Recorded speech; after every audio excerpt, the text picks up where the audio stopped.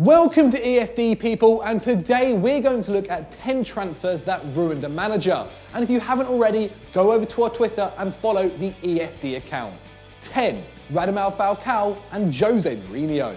Never low on confidence, Jose Mourinho returned to Chelsea in 2013 after mixed spells at Inter and Real Madrid, and as usual, won the league in his second season. However, for his third campaign, he set himself an even more ambitious target, rehabilitating Radamel Falcao, who had managed just 4 goals and 4 assists on loan at Man United the year before.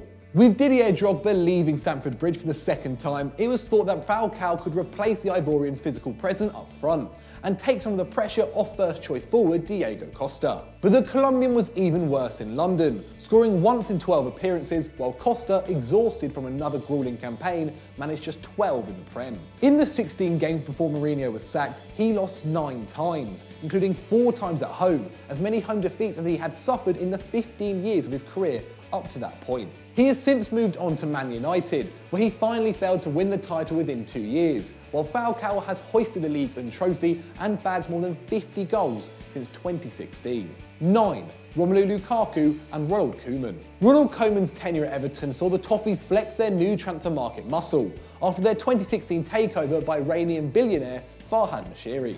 The club had paid £8 million to bring in the Dutchman as manager, and after a solid 7th place finish in the 16-17 campaign, Koeman was given licence and a blank chequebook to overhaul the squad. For some reason, it didn't seem to worry the club that they were losing star forward Romelu Lukaku, who was allowed to join Man United for £75 million. The Belgian had bagged 25 goals and 6 assists in the league the previous season, contributing to exactly half of the club's 62 goals, and only 3 players in England managed more shots from inside the box than him. Koeman, realising he couldn't attract a comparable player, settled on 4, with David Klaassen, Sandro, Gylfi Sigurdsson and Wayne Rooney all arriving, despite the fact that 3 of them played in the same position. The former Southampton coach forked out over 133 million quid on his rebuild, but when the new season started, the club went from scoring 1.6 goals a game with Lukaku to scoring 0.8 without him. They ended up losing 5 of their first 9 fixtures, and just months after he was given the keys to the kingdom, the manager was booted out the back door. 8. Alberto Aquilani and Rafa Benitez. Replacing Xabi Alonso has been a problem for more than one manager. Toni Kroos at first struggled to take on the Spaniard's role at Real Madrid, and Alberto Aquilani had an even worse time of it in 2009, when Rafa Benitez drafted him in after selling Alonso to Los Blancos. A more attacking player, Aquilani's natural game inhibited Steven Gerrard, and with the former Roman man in the team, Liverpool sunk to 7th, Benitez's lowest finish since he got relegated with Extremadura in 1999.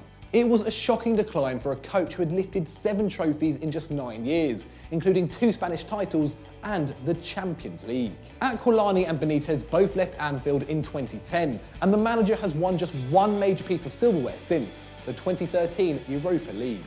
7. Luis Figo and Vicente Del Bosque. A strange one next, as Vicente Del Bosque won 2 La Liga titles and the Champions League with winger Luis Figo in his Real Madrid side. But the Portuguese arrival in 2000 was nonetheless the beginning of the end for the manager. Figo was brought in by new club president Florentino Perez, who had campaigned for the post by pledging to bring the Ballon d'Or winner to Madrid, and became the first in a line of Galactico signings, including Zidane, Beckham and the Brazilian Ronaldo. That spending strategy signified the shift of power at the Bernabeu from the dugout to the penthouse, and while Perez's acquisitions undoubtedly brought some success, Real won 2 domestic titles and 1 Champions League in the first 6 years of his reign, in comparison to 2 titles and 2 Champions Leagues in the 6 years before. Real Madrid became obsessed by the appearance of success, rather than the mechanics of actually achieving it. And in 2003, Perez let Del Bosque go, along with the unglamorous but brilliant midfielder Claude Makélélé, leading to a 9-year spell which delivered just 2 domestic crowns. Real had become all glitter and no silverware, and Del Bosque was far from the last coach to suffer for it, as we'll see later on. 6. David Beckham and Alex Ferguson. David Beckham's departure from Old Trafford in 2003 is often used as an example of Alex Ferguson's strong leadership, the Scot refusing to let the winger become bigger than the club. But while Becks won just a single title in his 4 years in Spain, the move worked out worse for Fergie. The summer Beckham left, United went on a truly horrific signing spree, bringing in Kleberson, Djemba, Howard and Bellion, with Cristiano Ronaldo the only positive. Unsurprisingly, United finished 15, 18 and 8 points off the league winners in the next 3 seasons, their worst spell under Fergie since the inception of the Premier League. After winning his first title in Manchester in 1993, Fergie only finished outside the top 2 on 3 occasions, and 2 of them came in this period, while the Red Devils also recorded their lowest goals tally since 1991 with 58 goals in 2005, only 5 more than Middlesbrough. Fortunately, Ronaldo soon showed his quality, and by 2006, Ferguson had got his winning machine back up and running. His second great side went on to win 4 titles and make 3 Champions League finals in the next 5 years, and never again finished lower than 2nd place. 5. Gareth Bale and Andre Villas-Boas. Tottenham's 2012-13 campaign was a showcase for Gareth Bale. Then 23, the Welshman scored 21 goals and assisted 4 in the Premier League, having a hand in 38% of Spurs' goals. A danger at any distance, Bale's amazing left foot meant that Tottenham scored the 5th most goals in the league, despite taking the 2nd highest percentage of shots from outside the box. But despite appearances, Spurs were not a one-man team. Bale's brilliance meant that manager Andre Villas-Boas was able to entrust the attack to his superstar and focus his coaching on defence, with the result being that Tottenham allowed under 10 shots against them per game, the best in the Prem. When the summer came, AVB claimed that Bale would not leave the club, but the winger inevitably joined Real Madrid for a world record £85 million fee, leaving the Portuguese to reinvest. However, the huge budget available at the result of Bale's departure turned Villas-Boas from a put-upon coach who'd lost his key player into the man who wasted 109 million quid, even though Spurs made a £6 million profit that summer. In his second season, AVB's team scored just 30 open play goals, down from 46, and without the threat of Bale on the counter, they got blown out by the big sides, conceding 3 or more 7 times in the league, something they did only 3 times the season before. By December, he was sacked, while his former charge went on to win the Champions League in his debut campaign at Real. 4. Luis Suárez and Brendan Rodgers. Like AVB, Rodgers learned the hard way the dangers of building your side around one superstar. When the Northern Irishman arrived at Anfield, he moved Luis Suárez inside from the wing, but his real stroke of genius was pairing the Uruguayan with Sturridge, as well as playing 19-year-old winger Raheem Sterling as a number 10. Suárez went on to have arguably the greatest individual season in PL history, scoring 31 and assisting 12 for a total of 43 goal involvements, the second best ever in the top flight behind only Thierry Henry in 2004-05. The opposite of Villas-Boas, Rodgers neglected the defence in favour of the attack, and though the Reds allowed 50 league goals, only the 8th best defensive record in the Premier League, they ended up coming second, netting 101 in the league, becoming the 3rd side to hit a century. They scored 3 goals or more in 21 out of their 38 games. That's mad. Barcelona came calling, and the next year Liverpool's attacking output halved, with the club managing just 52 in the Premier League, the same number Suárez and Sturridge had got between them the year before. While Rodgers had lost every 5 games with the South American in his side, he lost every 3 without him, and a year later was sacked in favour of Jurgen Klopp. 3. Petr Cech and Arsene Wenger. We could have easily put Gilberto Silva in our Wenger section, with the Frenchman managing to fail to find an adequate defensive midfielder since the Brazilian's departure in 2008. But the fact is, in the 9 full seasons since, Arsenal have conceded under a goal a game 3 times, just 1 time fewer than Real Madrid in the same period.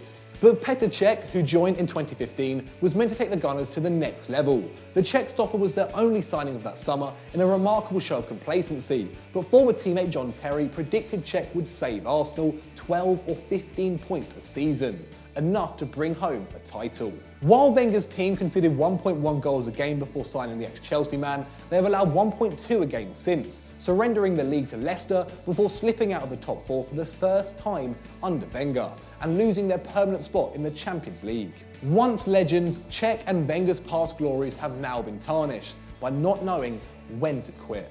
2. James Rodríguez and Carlo Ancelotti.